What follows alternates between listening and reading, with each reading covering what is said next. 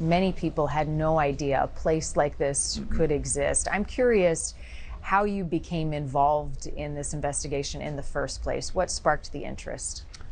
I got a call from an alleged victim of pre-sexual abuse who saw me in a documentary about the John Wayne Gacy case that had something to do with sex trafficking, some stories that I had done. And so I think he felt that I would be a good person to maybe look into this. And in the conversation, he brought up this compound in the middle of the woods, and I went, wait a minute, what? And am I the only one who is not familiar with this? And I started asking around.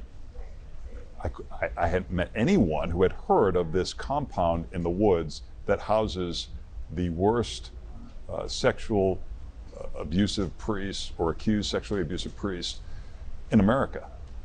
And so I thought people need to know about this because one of the biggest problems in this decades-long story is the issue of transparency.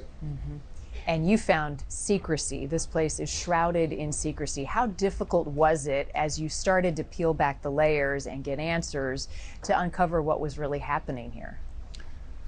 Well, I'm still not sure I know what's going on inside there. We talked to a lawmaker who's been trying to pass legislation to say, let's regulate this place. Let's find out what they are doing. I mean, this is not too far from a school.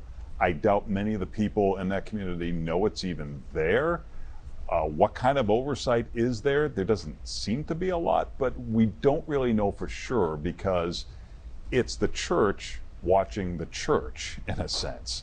And the critics in this story say, let's have an outsider take some control of this so we know what's going on. Right, and the church doesn't respond. Church doesn't respond, the Vatican doesn't respond, this order doesn't respond.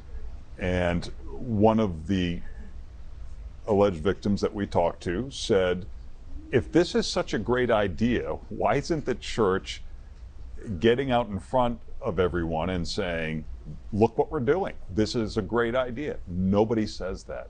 Nobody says anything.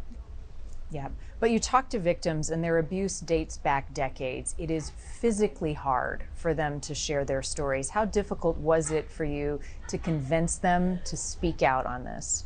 Well, the victims that I spoke with have been active. They're activists. Most do not. Most don't even come forward. So it's difficult to find victims willing to talk. And it just shows you that this problem of kids being abused by priests and religious clerics is way bigger than anybody realizes.